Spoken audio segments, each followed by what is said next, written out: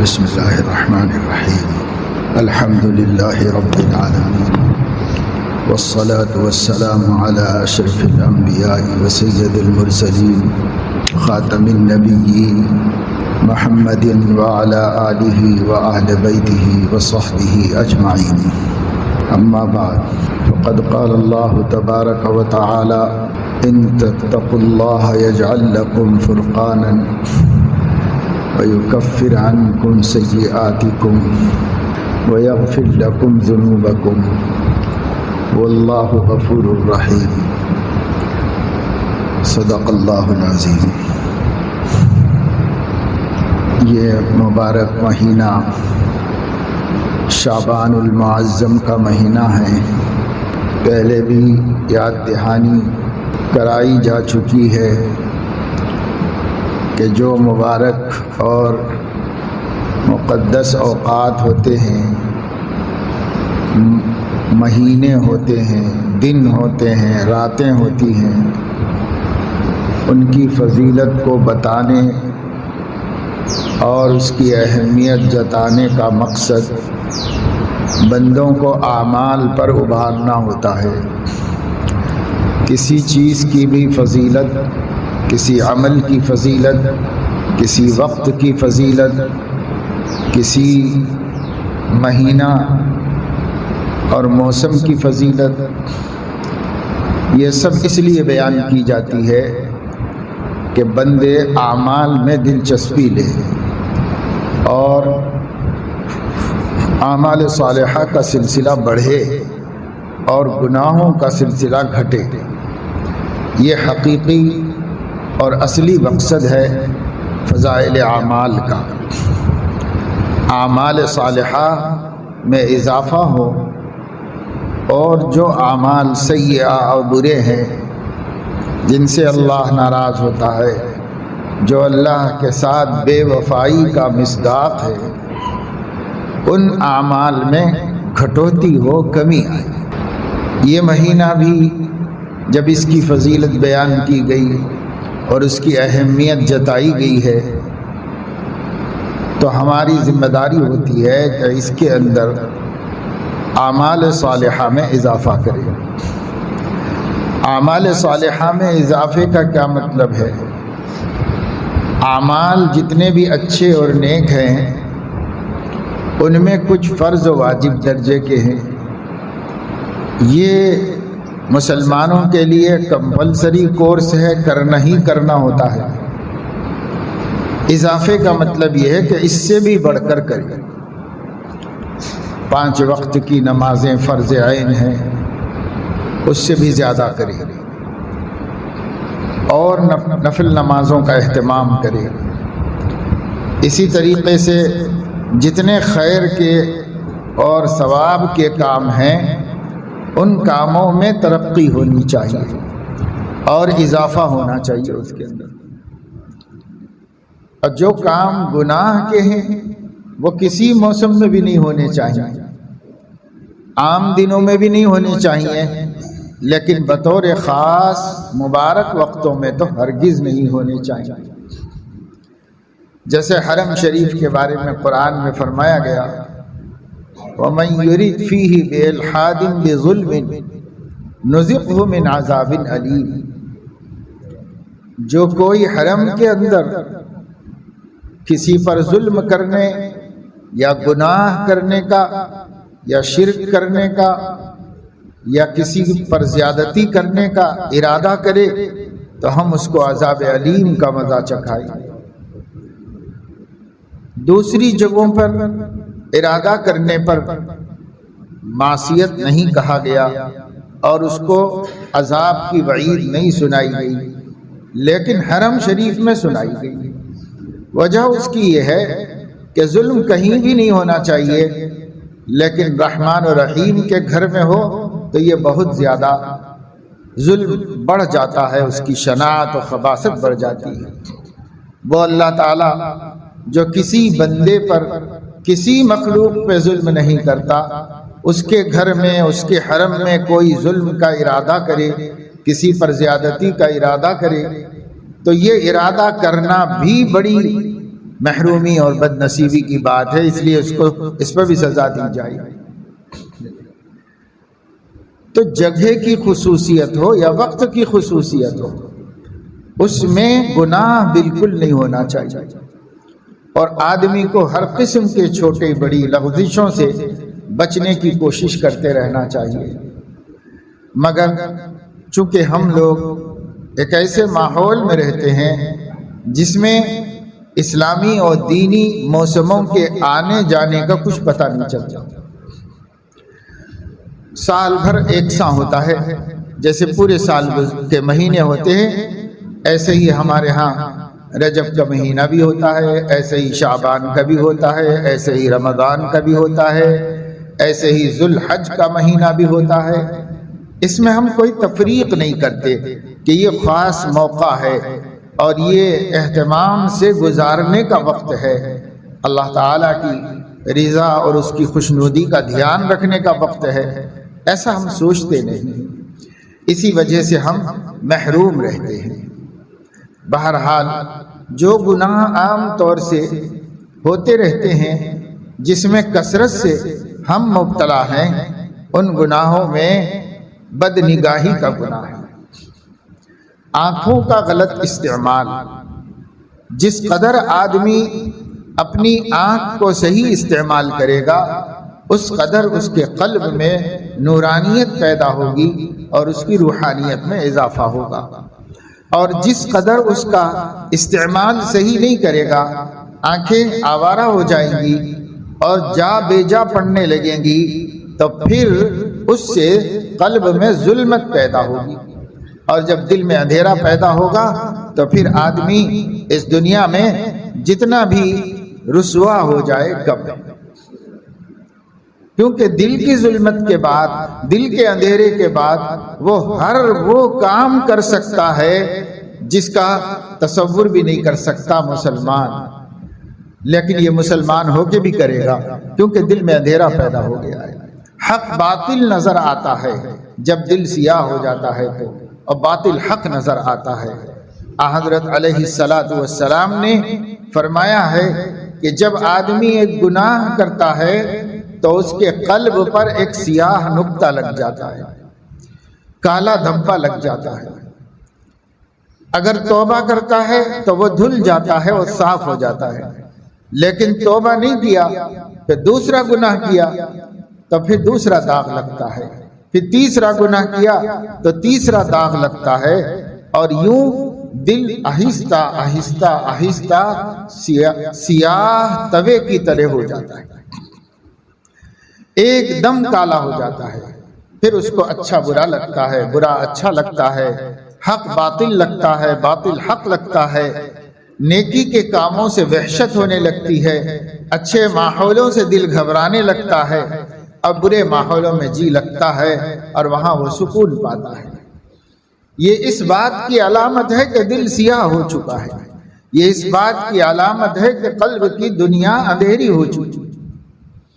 اس لیے گناہ سے جتنا آدمی بچے گا اتنا دل میں نورانیت رہے گی، اور سب سے زیادہ دل کو سیاہ کر دینے والا گناہ یہ نگاہوں کا غلط استعمال ہے۔ ہماری نگاہیں کنٹرول سے باہر ہو جاتی، ہماری نگاہیں آبرو اور عزت سے محروم ہو جاتی، ہماری نگاہیں آوارہ ہو جائیں تو پھر ہمارے دل کا حال جتنا بگڑ جاتا ہے اور دل کی دنیا جتنی اجڑ جاتی ہے اس کی کوئی حد نہیں بیان کی جا سکتی۔ یہی وجہ ہے کہ ایسے لوگ آہستہ آہستہ اللہ کے دین سے، اللہ والوں سے دور ہوتے چلے جاتے ہیں، ان کو کوئی دلچسپی نہیں رہتی، کیونکہ اللہ رب العزت خود بطور عذاب کے اثر رکھا ہوا ہے۔ جیسے چیزوں میں تاثیر ہوتی ہے، بعض کھانے کی چیزیں ہمارے جسم کے اندر ٹھنڈک پیدا کرتی ہیں، بعض کھانے کی چیزیں ایسی ہیں جن کے استعمال سے ہمارے جسم میں گرمی پیدا ہوتی ہے، حرارت بڑھ جاتی ہے، بعض چیزوں کا کھانے سے صفرا بڑھ جاتا ہے، بعض چیزوں کے کھانے سے بلغم بڑھ جاتا ہے، یعنی ہر کھانے پینے کی چیز میں کچھ تاثیر ہے اور کچھ اثرات ہیں۔ اسی طرح موسم میں بھی اثرات ہیں، کوئی موسم گرم ہوتا ہے، کوئی موسم ٹھنڈا ہوتا ہے، کوئی موسم زہرناک ہوتا ہے، ہواؤں کے اندر بھی تاثیر ہے۔ مغرب سے چلنے والی ہوا کا اثر مضر پڑتا ہے، مشرق سے چلنے والی ہوا کا اثر اچھا پڑتا ہے صحت پر، طبیعت کے اوپر۔ اسی طریقے سے پتھروں کے اندر بھی تاثیر ہے، بعض پتھر انسان کے جسم کے اندر ٹھنڈک پیدا کرتے ہیں اور بعض پتھر انسان کے جسم کے اندر گرمی اور بعض اعتدال پیدا کرتے ہیں۔ ہر چیز میں کوئی اثر ہے۔ اسی طرح اقوال و اعمال میں بھی تاثیر ہے۔ انسان بولتا ہے تو بولنے کا اثر ہوتا ہے۔ ایک آدمی کو کسی نے کسی بات پر جھگڑا کر کے گالی گلوچ کر دیا، برا بھلا کہہ دیا، تو اس آدمی کا غصہ کھول جاتا ہے اور اس کے چہرے پر غصے کے آثار نظر آنے لگتے ہیں۔ اس نے مارا توڑا کچھ نہیں کیا، صرف زبان چلائی۔ ان باتوں کو سنا، ان اقوال کا اس کے دل پہ اثر ہوا اور چہرے پر وہ آثار ظاہر ہونے لگے۔ ایک آدمی نے کسی سے ملاقات کی اور اس کے سامنے محبت کی، احترام کی اور خلوص کی باتیں کی، اس کی تعریف کر دی، اس کی خوبی بیان کر دی، تو اس کے دل پر دوسرا اثر ہوتا ہے اور اس کے چہرے پر اس قلبی مسرت کے آثار رونما ہوتے ہیں، ظاہر ہوتے ہیں۔ تو اقوال کا بھی اثر ہوتا ہے۔ ایک صاحب تھے، وہ قرآن مجید کی شفا ہونے کو اور قرآن مجید میں جسمانی اور ظاہری تاثیر کے ہونے کو نہیں تسلیم کرتے تھے، نہیں مانتے تھے۔ وہ کہتے تھے بھائی قرآن تو کتاب ہدایت ہے، اب آپ اس کو کسی پہ پڑھ دیں گے، کسی پر دم کر دیں گے، کسی کو سنا دیں گے، تو اس کی صحت سے اس کا کیا تعلق ہے؟ اس کے لیے تو دوائیں ہیں، اس کے لیے فلاں چیز ہے، اس کے لیے فلاں چیز ہے۔ تو انہوں نے اس کو سمجھایا کہ دیکھو، دوا سے جب اثر ہوتا ہے تو دوا بھی کوئی چیز ہے، یہ گھاس سے کیوں نہیں ہوتا اور اس گھاس سے کیوں ہوتا ہے؟ تو اللہ نے اثر رکھا ہے، اللہ نے اس میں کوئی خصوصیت رکھی ہے، تبھی دوا سے اثر ہوا۔ اور جب تم دوا سے اثر ہونے کو مانتے ہو تو قول سے اثر ہونے کو کیوں نہیں مانتے؟ بات میں بھی اثر ہو سکتا ہے۔ اللہ نے ایک بات کے اندر دوسرا اثر رکھا ہے اور دوسری بات میں دوسرا اثر رکھا ہے۔ تو جڑی بوٹیوں میں اور دواؤں میں بھی تو اللہ ہی نے تاثیریں رکھی ہیں، تو الفاظ میں، آواز میں بھی اللہ ہی نے اثر رکھا ہے، تو اس اثر ہونے کو کیوں نہیں مانتے آپ؟ تو پھر بھی کہنے لگے نہیں مانتے، کیونکہ بعض لوگ ضدی ہوتے ہیں، ایک بات طے کر لیتے ہیں، اس کے خلاف سمجھنا ہی نہیں چاہتے، سننا ہی نہیں چاہتے، ایک بات خود طے کر لیتے ہیں، اسی پہ اڑے ہوئے ہوتے ہیں۔ تو ایسے ہی ضدی آدمی تھے۔ تو انہوں نے کہا کہ یہ آدمی دلائل سے نہیں سمجھتا، یہ علمی دلائل سے نہیں سمجھتا اور عقلی دلائل سے بھی نہیں سمجھتا، اس کو تجربے کی دلیل سے سمجھانا چاہیے۔ اس لیے انہوں نے ان کو، اس صاحب کو ایک دم ناراض ہو کر، خفا ہو کر، غصے میں آ کر سخت سست باتیں کہہ دی۔ اور جب سخت سست باتیں ان کو کہہ دی تو وہ صاحب تھوڑی دیر تو برداشت کیے، پھر برداشت نہیں کر سکے اور ان کو بھی غصہ آ گیا۔ اور وہ کہنے لگے کہ اگر آپ کے پاس میری بات کا کوئی جواب نہیں تھا تو آپ خاموش ہو جاتے، بھائی مجھے برا بھلا کیوں کہہ رہے ہیں آپ؟ تو انہوں نے کہا کہ بھائی میں آپ کو برا بھلا نہیں کہہ رہا ہوں، آپ کے سوال کا جواب ہی دے رہا ہوں۔ وہ یہ ہے کہ جب میں نے پہلے آپ کو برا بھلا کہا تو آپ طیش میں آ گئے، اب پھر میں نے آپ سے سنجیدہ گفتگو کی تو آپ نارمل ہو گئے۔ پتہ چلا کہ قول کا اثر ہوتا ہے، بات کا اثر ہوتا ہے آدمی کے اوپر۔ اب جب میری بات کا آپ پر اچھا بھی اثر ہو سکتا ہے، برا بھی اثر ہو سکتا ہے، تو اللہ تعالیٰ کے کلام کا اثر کیوں نہیں ہو سکتا؟ اگر پڑھا جائے، اگر سنایا جائے مریض کو تو شفا کیوں نہیں ہو سکتی؟ اللہ کے کلام میں بھی اثر ہو سکتا ہے۔ اللہ کے کلام میں ہونا تو اور زیادہ ضروری ہے، جب ہمارے کلام میں ہوتا ہے تو اللہ کے کلام میں کیوں؟ تو کچھ لوگ ہوتے ہیں جن کی سوچ جو ہے وہ ٹیڑھی ہوتی ہے، اللہ ٹیڑھی کر دیتے ہیں، اس میں سیدھی بات آتی نہیں، ٹیڑھے طریقے سے ہی ان کے دماغ میں بات ڈالنا پڑتا ہے، تب جا کر کے اترتی ہے دماغ کے اندر، تب سمجھ میں آ گیا، کہنے لگے ہاں بات تو صحیح ہے آپ کی، اب سمجھ میں آ گئی میری۔ تو سمجھ میں آنے کے لیے کہا جاتا ہے کہ سیدھی انگلی سے گھی نہیں نکلتا، تو ٹیڑھی سے نکالنا پڑتا ہے، ایسے تو ٹیڑھی سے نکالتے ہیں تو جب ان لوگوں کو سمجھ میں آتا ہے، ورنہ اللہ کی بات میں تو عوج نہیں ہے، ٹیڑھ پر نہیں ہے۔ قرآن کریم کہتا ہے الحمدللہ الذی انزل علی عبدہ الکتاب ولم یجعل لہ عوجا قیما، اللہ کا شکر ہے جس نے اپنے بندے پر ایسی کتاب نازل فرمائی جس میں کجی اور ٹیڑھا پن نہیں ہے، بالکل سیدھی سیدھی باتیں۔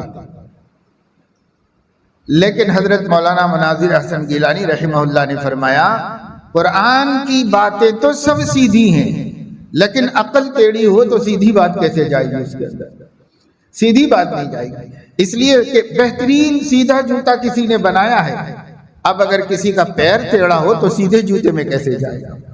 وہ کہے گا کہ صاحب یہ جوتا ٹیڑھا ہے، سیدھا بنا کے لاؤ، حالانکہ اس کا پیر ٹیڑھا ہے۔ اسی طریقے سے اللہ رسول کی باتیں ایک دم سیدھی ہیں، لیکن عقل ٹیڑھی ہے تو وہ کہتا ہے سب میری سمجھ میں نہیں آیا، اس لیے اس کو ٹیڑھا کر کے اتارنا پڑتا ہے دماغ میں، تب جا کے اس کے دماغ میں اترتا ہے۔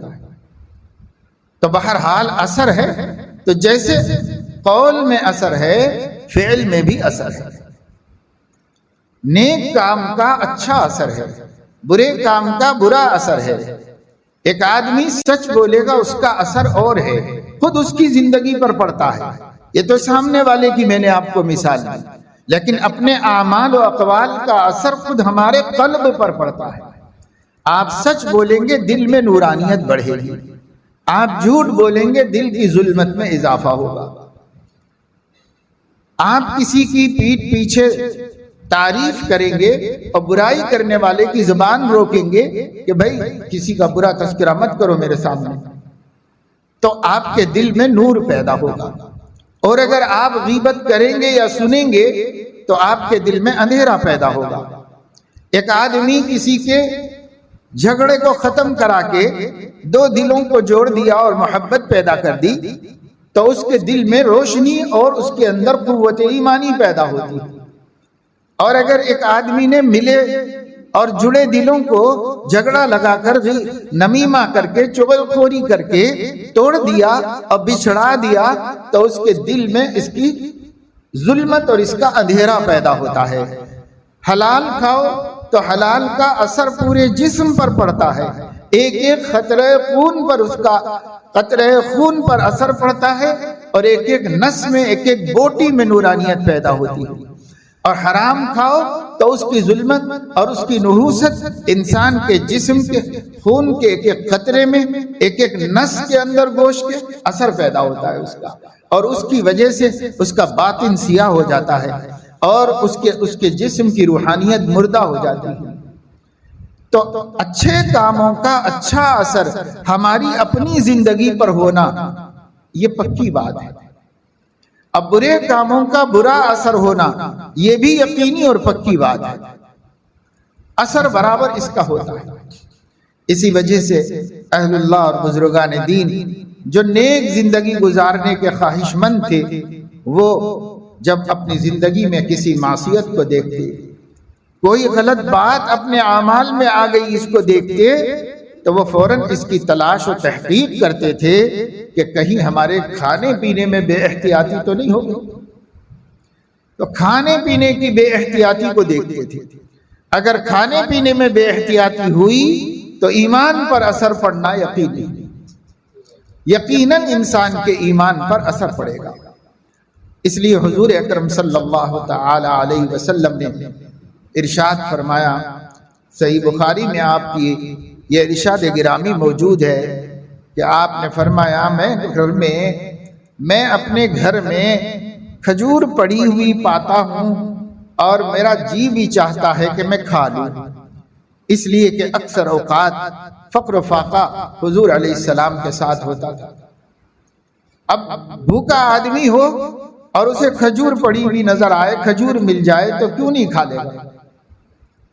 میرے گھر میں مجھے کھجور پڑی ہوئی نظر آتی ہے اور میرا جی یہ چاہتا ہے کہ وہ کھجور کھا لوں اٹھا کر کے، ایک تو روزی کا احترام ہوگا، دوسرے بھوک لگتی ہوگی تو کھا لوں میں اس کو، لیکن فرمایا اس لیے نہیں کھاتا کہ مجھے نہیں معلوم کہ صدقے کی ہے یا ہدیے کی، اس لیے میں نہیں کھاتا، کیونکہ انبیاء کے لیے صدقہ حرام ہے۔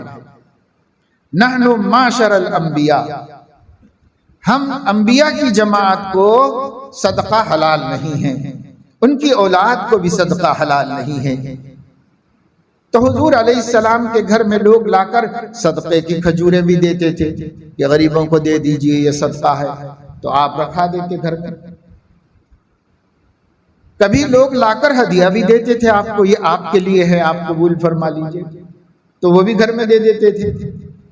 اب ایک کھجور پڑی ہوئی ہے تو حضور فرما رہے ہیں کہ مجھے نہیں پتا کہ اس میں کی ہے یا اس میں کی ہے، اس لیے احتیاطاً میں نہیں کھاتا اس کو، بھوک لگنے کے باوجود، جی چاہنے کے باوجود، تقاضا ہونے کے باوجود میں نہیں کھاتا۔ یہ کیا چیز ہے؟ یہ امت کو کھانے پینے میں احتیاط سکھائی جا رہی ہے کہ بھائی کوئی سی آمدنی کہاں کی ہے، کیسی ہے، کچھ پتا نہیں ہے، بس کھا رہا ہے، کون دیتا، کیسے دیتا، کہاں سے دیتا ہے، حلال و حرام ہے کہ نہیں، پاک ناپاک ہے کہ نہیں۔ ایک بڑے عالم دین تھے، مدینہ منورہ میں رہتے تھے، ہندوستان ہی کے تھے، بلند شہر کے رہنے والے، حضرت مولانا عاشق الہی برنی بلند شہری رحمت اللہ علیہ، برن بلند شہر میں ہے گاؤں، وہاں کے رہنے والے تھے، اور مدینہ منورہ ہجرت کر گئے تھے تو وہی رہتے تھے مدینہ شریف میں۔ ہماری جب مدینہ منورہ میں حاضری ہوئی تو چونکہ وہ بڑے عالم دین اور اللہ والے بزرگوں میں سے ہیں اور ان کی بڑی خدمات ہندوستان میں بھی تھیں، اور مدینہ منورہ ہجرت کرنے کے بعد بھی بہت بافیض عالم وہاں پر رہے اور لوگوں کو نفع پہنچاتے رہے، تو ہم یہاں سے جاتے وقت میں ایک عطر، عود کا عطر لے کر ایک اللہ کے نیک بندے کو مدینہ منورہ کے رہائشی کو ہدیہ دیں گے، عالم دین ہیں، تو ساتھ لے کر گئے، ان کو تلاش کیا، معلوم کیا، لوگوں نے بتایا کہ فلاں دروازے سے آتے ہیں، فلاں جگہ نماز پڑھتے ہیں، ادھر ان کا انتظار کیا، ایک نماز میں ملاقات ہو گئی۔ جب دروازے سے باہر نکل رہے تھے تو میں نے ملاقات کی اور تعارف کرایا اور وہ ہدیہ ان کو پیش کیا، تو انہوں نے ہاتھ بھی نہیں لگایا اور یہ پوچھا کہ یہ اصلی عطر ہے یا الکحل والا ہے؟ تو ہم نے بتایا کہ حضرت یہ بالکل دیسی عطر ہے، قنوج کا، جو دیسی طریقے پہ تیار ہوتا ہے۔ تو قبول کر لیا، ہاتھ میں لے لیا، اور اس کے بعد فرمایا کہ آپ کچھ خیال نہ کریں، آج کل اس قسم کی خوشبوئیں عام ہو گئی ہیں جس کے اندر ناپاکی ملی ہوئی ہے اور بلا تکلف لوگ استعمال کر لیتے ہیں، اس وجہ سے میں ایسے ہدیوں کو قبول کرنے سے پہلے تحقیق کر لیتا ہوں۔ یہ تحقیق بھی نبی کی سنت ہے، یہ تحقیق بھی ابو بکر صدیق کی سنت ہے، صحابہ کرام کا طریقہ ہے، اس لیے کہ جب حضور علیہ السلام کو کوئی ہدیہ دیتا تو آپ پہلے پوچھتے تھے کہ کہاں سے لائے، اطمینان ہوتا تو قبول فرماتے تھے۔ صدیق اکبر کو کوئی بھی ہدیہ دیتا تو پہلے پوچھتے تھے کہ کہاں سے لائے ہو، کمائی کیا ہے تمہاری، تمہارا ذریعہ معاش کیا ہے، اس کی تحقیق کرتے تھے اور اطمینان ہونے کے بعد ہدیہ قبول فرماتے تھے۔ اس لیے کہ حضور علیہ الصلوۃ والسلام نے فرمایا تھا کہ اگر کسی کے جسم میں حرام داخل ہوا ہے تو النار اولا بہ، اس جسم کے لیے جہنم زیادہ بہتر ٹھکانہ ہے، وہیں پر جائے گا وہ جسم۔ اس لیے خود حضور علیہ السلام اتنی احتیاط فرما رہے ہیں، اپنے عمل سے بھی احتیاط۔ حضرت علیہ الصلوۃ والسلام کے نواسے حضرت حسن رضی اللہ تعالیٰ عنہ 4 سال کے تھے۔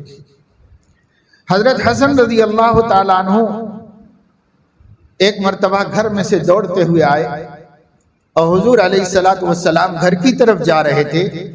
بچوں کو اپنے دیکھتے تو فوراً خوشی سے آگے بڑھ کے گود میں اٹھا لیتے۔ حضرت حسن کو حضور علیہ السلام نے فوراً گود میں اٹھا لیا، دیکھا کہ وہ کچھ کھا رہے ہیں تو ان کو کھڑا کر کے پوچھا کہ کیا کھا رہے ہو بیٹا؟ انہوں نے کہا کھجور کھا رہا ہوں، منہ کھول کے بتایا۔ کہاں سے کھایا؟ گھر میں پڑی ہوئی تھی۔ حضرت علیہ السلام نے اپنی شہادت کی انگلی ان کے منہ میں ڈال کر وہ کھجور بھی گرا دی باہر، اور اس کھجور کا جو تھوک بنا تھا وہ لعاب بھی نکال کے باہر گرا دیا، اور فرمایا کہ بیٹا ہم نبیوں کی اولاد کو حرام کھانا جائز نہیں ہے، صدقہ حلال نہیں ہے، مجھے نہیں معلوم کہ جو کھجور تم نے کھائی ہے وہ صدقے کی تھی یا حلال کی ہدیے کی تھی، مجھے نہیں معلوم، اس لیے حضور نے نکال دیا۔ تو خود تو کرتے ہی تھے احتیاط، اپنے معصوم بچے 4 سال کا بچہ کھا بھی لے تو کیا حرج ہے، شریعت کا مکلف بھی نہیں ہے، ابھی اللہ کے ہاں حساب کتاب بھی نہیں ہے اس کا، لیکن نبی اپنی ذمہ داری محسوس کرتے تھے۔ بچے سے تو نہیں پوچھا جائے گا، بچے کے باپ سے اور اس کے پرورش کرنے والے سے ضرور پوچھا جائے گا، اس لیے اپنے بچے کے منہ میں سے نکال کے باہر گرا دیا۔ یہ خوف خدا پیغمبر کے قلب کے اندر تھا کہ اپنے بچوں کو بھی حرام تو حرام، شبہ والی چیز بھی کھانے نہیں دیتے تھے، شبہ والی چیز تک بھی جانے نہیں دیتے تھے۔ اب ہمیں کچھ نہیں معلوم کہ ہم اپنے بچوں کو کیا کھلا رہے ہیں، کیسے کما رہے ہیں، کہاں سے پیسہ آ رہا ہے، کیا کیسے ہماری آمدنی ہے، کتنے لوگ ہیں، ان کو کچھ پتہ ہی نہیں۔ تو بھائی اس سے بھی اثر پڑتا ہے ہمارے قلب کے اوپر۔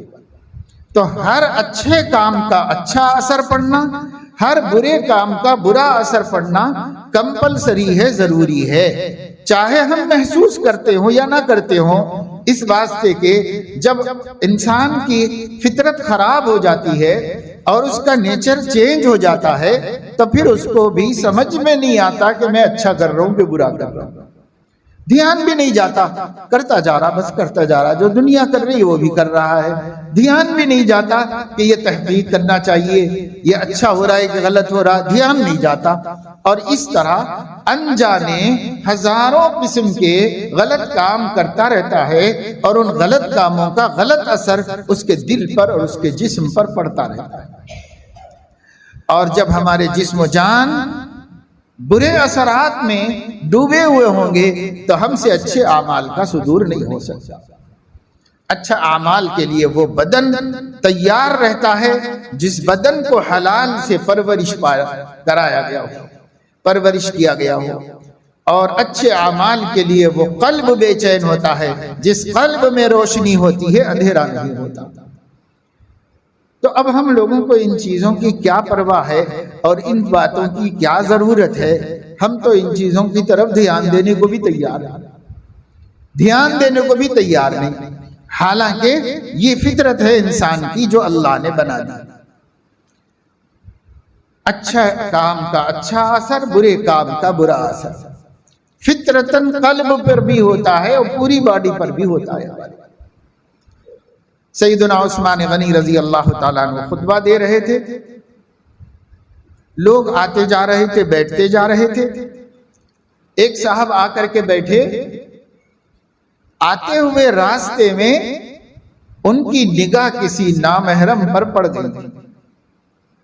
راستے میں بسا اوقات عورتیں بھی گزر جاتی ہیں، باندیاں بھی ہوتی ہیں، وہ بے پردہ ہی رہا کرتی تھی، اور لوگ کوئی آنے جانے والے، نظر پڑ گئی ان کی۔ حضرت عثمان رضی اللہ تعالیٰ عنہ امیر المومنین، داماد رسول، السابقون الاولون میں سے ہیں، جن کے شہید ہونے کی خبر حضور نے پہلے ہی دے دی۔ ایک دفعہ احد پہاڑ پہ چڑھے،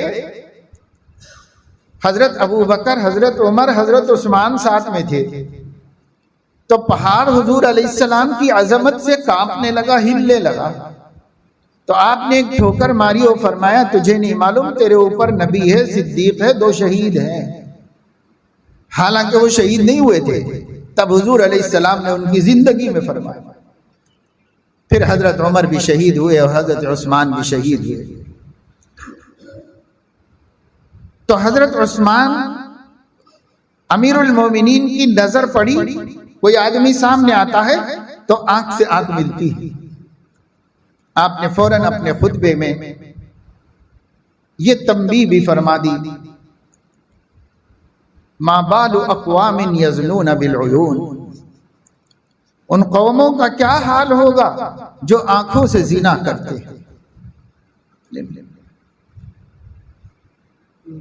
اس سے آپ اندازہ کیجئے کہ ایک مرتبے کی بدنگاہی آنکھ میں کتنی ظلمت پیدا کرتی ہے کہ پاک آنکھ نے اس کو دیکھ لیا اور دیکھ کر عمومی اعلان کر دیا، کسی کو خاص طور سے نہیں ٹوکا، بلکہ یوں فرمایا ان لوگوں کا کیا حال ہوگا جو آنکھوں سے زنا کرتے ہیں۔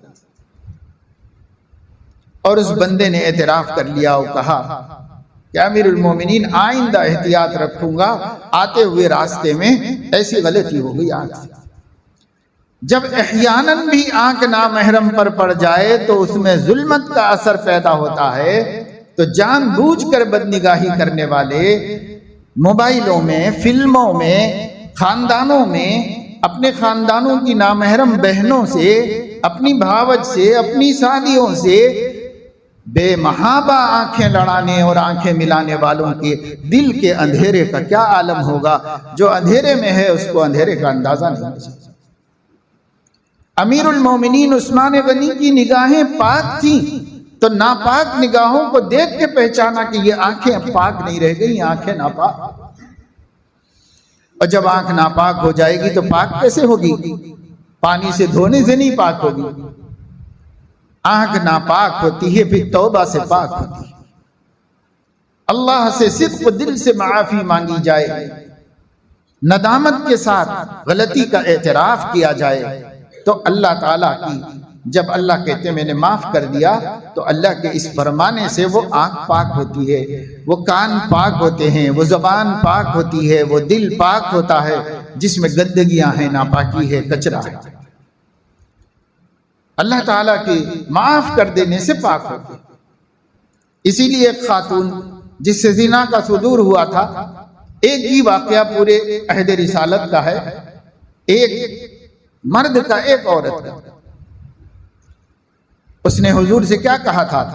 یہ نہیں کہا تھا کہ یا رسول اللہ سنسار کر دیجیے، اس نے آ کر یہ نہیں کہا تھا کہ یا رسول اللہ سزا دے دیجیے، اس نے آ کر یہ کہا تھا طہرنی یا رسول اللہ، اللہ کے رسول میں گناہ کر کے ناپاک ہو گئی ہوں اور آپ سزا دے کے پاک کر دیجیے، اس لیے کہ اب پاکی یا تو سزا سے ہوگی یا اللہ کے معاف کرنے سے ہوگی، اس لیے آپ سزا دے کے مجھے پاک کر دیجیے۔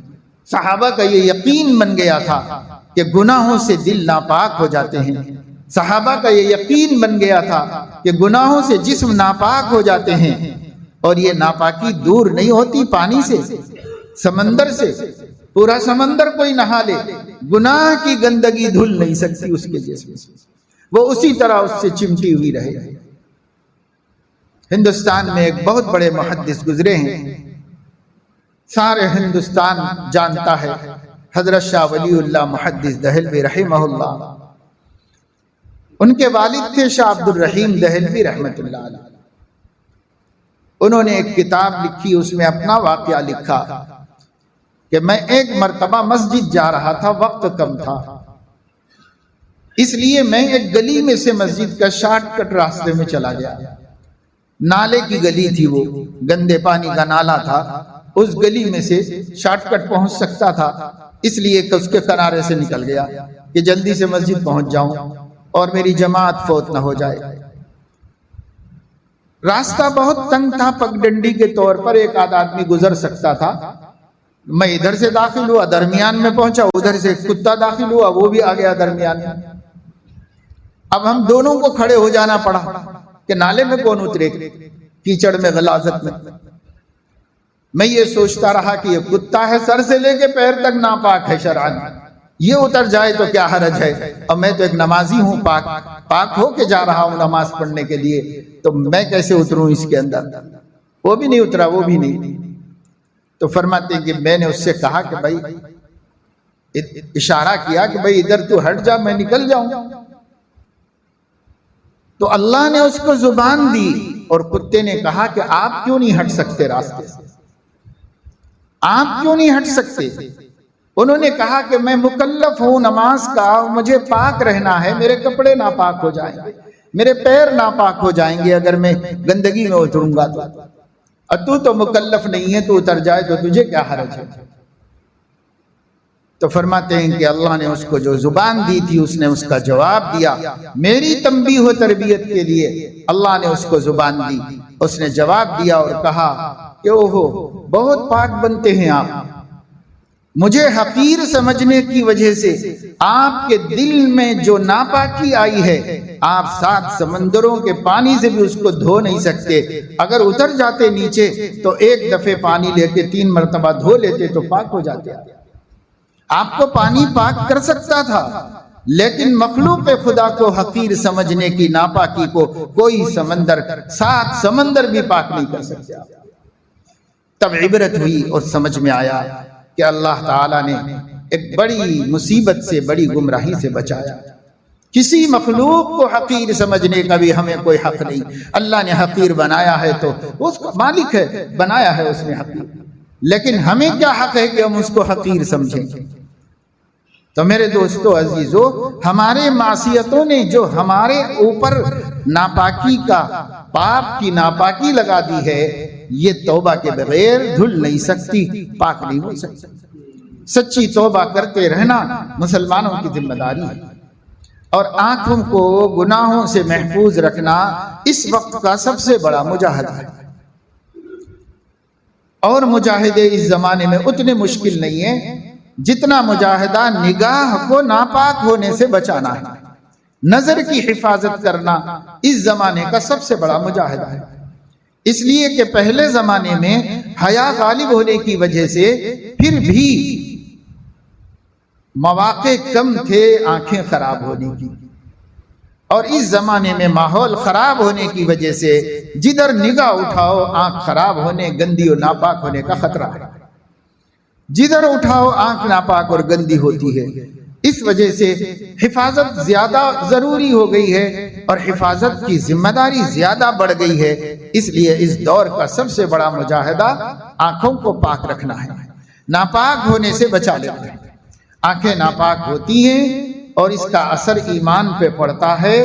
حدیث پاک میں آتا ہے النظر سہم من سہام ابلیس مسموم، نگاہ جو ہے وہ شیطان کی زہر میں بجھائی ہوئی تیروں میں سے ایک تیر ہے. پہلے زمانے میں جب تیر پھینکتے تھے تو ایک خالی تیر پھینکنا ہوتا ہے، اسی کے زخم سے مر جا سکتا ہے آدمی. نازک مقام پہ لگ جائے، سر میں لگ جائے، کن پٹی میں لگ جائے، قلب میں لگ جائے، تیر دور سے پھینکا جاتا ہے کمان پہ چڑھا کے. تیر اگر جسم میں لگ جائے اور نازک جگہ پر لگ جائے تو جان بھی لے لے گا، یا اس کو گھائل کر دے گا، زخمی کر دے گا. تو تیر ہی مارنے کے لیے کیا کافی؟ نشان باز لوگ نشانہ بنا کے مارتے تھے اور آدمی وہیں ڈھیر ہو جاتا ہے. اس زمانے کی اسلحہ یہی تھے. تو تیر ہی کسی کو مارنے کے لیے کافی تھا، لیکن لوگ عداوت و دشمنی سے یہ کرتے تھے، تیر پر زہر چڑھاتے تھے، زہر چڑھا کے مارتے تھے کہ اگر زخم سے موت نہ آئے تو زہر سے تو آ جائے اس کو موت. تو جیسے کہتے نہیں کہ کریلا اور نیم چڑھا، کہ کریلا خود کڑوا ہے اور نیم کے جھاڑ پہ بلا بڑی ہے بیل تو اور کڑوا ہو گیا. ایسے ہی تیر کو زہر میں بجھانا کہتے ہیں، زہر میں بجھا کر مارتے تھے. حضور علیہ السلام نے چونکہ وہ لوگ اس مثال کو آسانی سے سمجھ لیتے تھے، اس لیے ان کو فرمایا النظر سہم من سہام ابلیس مسموم، کہ نظر جو ہے، بدنگاہی جو ہے، یہ شیطان کے زہر میں بجھائے ہوئے تیروں میں سے ایک تیر ہے۔ انسان نظر بازی کے ذریعے سے اگر صرف نظر سے ہلاک نہیں ہوگا تو یہ زہر میں بجھا ہوا تیر ہے۔ ایمان کا ہلاک ہونا ضروری، بدنگاہی کے بعد ایمان کا خراب ہونا ضروری ہے، اور آج ایمان خراب ہوتے ہوتے ہوتے ہوتے اتنا کمزور ہو گیا ہے کہ ایمان چلے جانے کا احساس بھی مسلمانوں کو باقی نہیں رہا، اس قدر کمزور ہو گیا ہے۔ بس بولتے اور سمجھتے رہنا ہے میں مسلمان ہوں، میں مسلمان ہوں، میں مسلمان ہوں، ایسے سمجھتے رہنا ہے بس۔ اسلام کیا ہے؟ ایمان کیا ہے؟ کیسے بنتا ہے؟ کیسے بگڑتا ہے؟ کیسے ایمان فاسد ہوتا ہے؟ کیسے ایمان معتبر ہوتا ہے؟ جانتا ہی نہیں انسان تو کیا حفاظت کرے گا اپنے ایمان؟ اس لیے حضرت علیہ السلام نے آگے یہ بھی فرمایا لعن اللہ الناظر والمنظور الیہ، بری نگاہ سے کسی کو دیکھنے والا اور جس کو دیکھا گیا ہے، وہ دیکھنے والا مرد اور دیکھنے والی عورت دونوں پر حضور علیہ السلام نے بد دعا فرمائی۔ نبی کی بد دعا کا مستحق بنتا ہے وہ شخص، رحمت للعالمین کی بد دعا، جس کو سر سے پیر تک زخمی اور لہو لہان کر دیا گیا تو بھی بد دعا نہیں دی، دعا ہی دی اور فرمایا کہ ہو سکتا ہے ان کی نسلوں میں کوئی ایمان والے ہو جائیں، میں امید رکھتا ہوں کہ بنو ثقیف کی اولاد میں کوئی نیک بن جائے اور طائف والوں کے خاندان میں آگے چل کے مسلمان پیدا ہو جائیں، اس لیے میں ان کو ہلاکت کی بد دعا نہیں دیتا۔ لیکن بے پردگی اور بدنگاہی کرنے والوں کو نبی نے بد دعا دی، لعن اللہ الناظر والمنظور الیہ، جس کو دیکھا گیا اس کو بھی اس لیے بد دعا کی کہ وہ خود دکھنے کے قابل بنی، اگر وہ اپنے کو پردے میں رکھتی تو دیکھنا چاہنے والا بھی نہیں دیکھ سکتا، اس لیے اب دیکھنے والے پر بھی لعنت اور جس کو دیکھا گیا اس پر بھی لعنت، کہ وہ سبب ہے بے پردگی کا، وہ سبب ہے بدنگاہی کا۔ آنکھوں کی ایک پیاس ہے، اللہ نے اس پیاس کو بجھانے کا سامان کیا ہے حلال، اور حرام سے بچنے کا حکم دیا۔ جیسے جگر کی پیاس ہے تو حلال چیزیں پی سکتے ہیں، پانی پی سکتے ہیں، جوس پی سکتے ہیں، شربت پی سکتے ہیں، حلال چیزیں پی سکتے ہیں تاکہ جگر کی پیاس بجھ جائے، لیکن اللہ نے فرمایا شراب نہیں پی سکتے، حرام چیزیں نہیں پی سکتے، دودھ پی سکتے ہو، شہد پی سکتے ہو، لیکن گندی اور ناپاک اور نشہ آور چیزیں نہیں پی سکتے۔ تو کچھ چیزیں حلال کر دی پیاس بجھانے کے واسطے اور کچھ چیزیں حرام کر دی ہمارا امتحان بندگی لینے کے واسطے۔ ایسے ہی نظر کی بھی پیاس ہوتی ہے، نظر حسین مناظر کو دیکھنا چاہتی ہے، یہ اس کے نیچر میں اللہ نے رکھا ہے، برا منظر نہیں دیکھنا چاہتی، اچھا منظر دیکھنا چاہتی ہے، یہ اچھے مناظر دیکھنا آنکھ کی پیاس ہے۔ اس پیاس کو بجھانے کے لیے اللہ نے کچھ حلال چیزیں دے دی تاکہ فطرت اور نیچر کی تسکین ہوتی رہے، اور کچھ چیزیں حرام کر دی تاکہ بندگی کا امتحان ہوتا رہے۔ اس کو اللہ نے حرام کر دیا۔ اب اللہ نے فرمایا ماں کو دیکھو، مقبول حج و عمرے کا ثواب ملے گا۔ 4-5 لاکھ روپے خرچ کر کے حج کو گیا، لیکن اسے قیامت تک نہیں پتا چلے گا کہ حج قبول ہوا کہ نہیں قبول ہوا۔ قیامت میں پتا چلے گا کہ اس کا حج مقبول ہے یا مردود ہے۔ لیکن ماں کو محبت سے دیکھا کہ میری ماں ہے، کلفت پہ کلفت اٹھا کے، تکلیف پہ تکلیف برداشت کر کے 9 مہینے پیٹ میں پال کے مجھے جنم دی ہے، یہ میری ماں ہے، میرے محسن ہے، یہ میری مشفق ہے، اس نے بھوکا رہ کر مجھے کھلایا ہے، خواہشات کو سینے میں دفن کر کے مجھے میری خواہشات پوری کی ہیں۔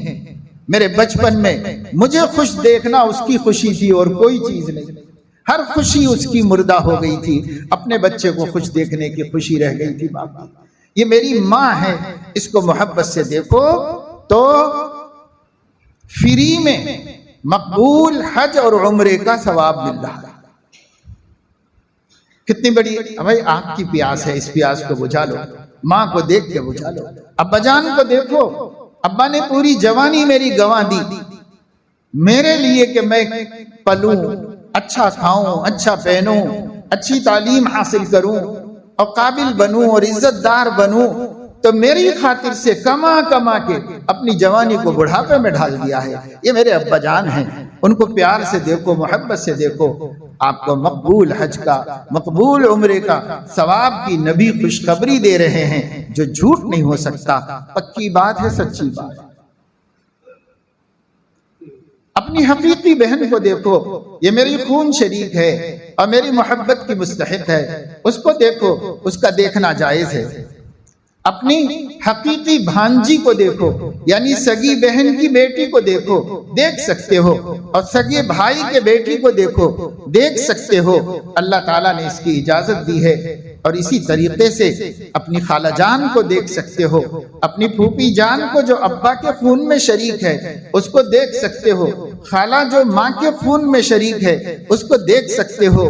لیکن جو عورتیں ہمارے ماں کے خون میں بھی شریک نہیں، ہمارے باپ کے خون میں بھی شریک نہیں، اور ہماری رضاعت میں بھی شریک نہیں، دودھ میں بھی شریک نہیں، تو ان کو اللہ نے دیکھنا حرام کر دیا ہے ہمارے واسطے۔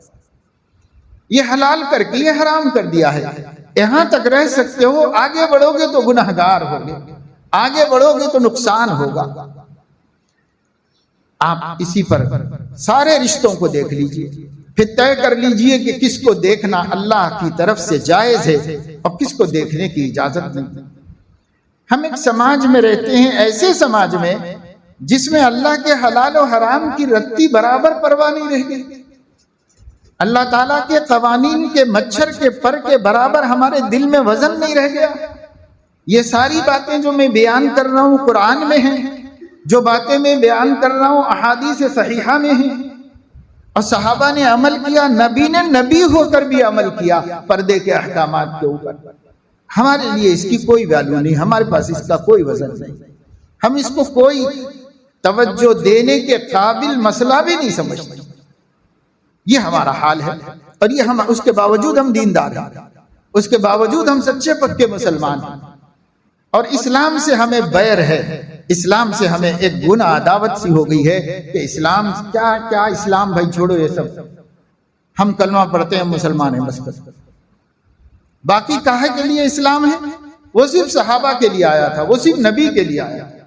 وَبِذَلِكَ أُمِرْتُ وَأَنَا أَوَّلُ الْمُسْلِمِينَ۔ کوئی حکم شریعت کا ایسا نہیں ہے جس پر خود نبی نے عمل نہ کیا ہو۔ جب نبی کے لیے ہے، صحابہ کے لیے تھا، ہمارے لیے تو ہمارے لیے نہیں، ہم کلمہ پڑھنے کافی ہے، بس ہمارے لیے کلمہ کافی ہے۔ اور کتنے مسلمان تو ایسے ہیں، نہ کلمہ معلوم نہ کلمے کا مطلب معلوم، ایسے مسلمان کلمہ بھی زبان سے صحیح نہیں پڑھ سکتے۔ آج اس دور میں جس کو لائٹ پیریڈ کہا جاتا ہے، اور گزرے ہوئے زمانے میں جس میں دین آج سے کہیں زیادہ تھا، اسے ڈارک پیریڈ کہا جاتا ہے۔ اس لائٹ پیریڈ میں کیا ہماری روشنی کا عالم ہے کہ لا الہ الا اللہ محمد الرسول اللہ، اتنا مشہور کلمہ بھی بہت لوگوں کو صحیح سے زبان سے ادا کرنا بھی نہیں آتا، زبان سے اتنا کلمہ بھی پڑھنا نہیں آتا۔ پھر مسلمان ہیں، پھر ہم دیندار ہیں، بہت زعم ہے، بہت غرور ہے اپنے دین پر۔ تو میرے دوستو، میں نے یہ بتایا کہ مبارک ایام چل رہے ہیں، آنے والا مہینہ اور بھی عظمت والا مہینہ ہے، رمضان۔ اب بس 13-14 دن رہ گئے، رمضان کے 13 ہی دن رہ گئے، اور وہ بھی 30 دن پورے ہوں تو کتنا باقی ہے وقت۔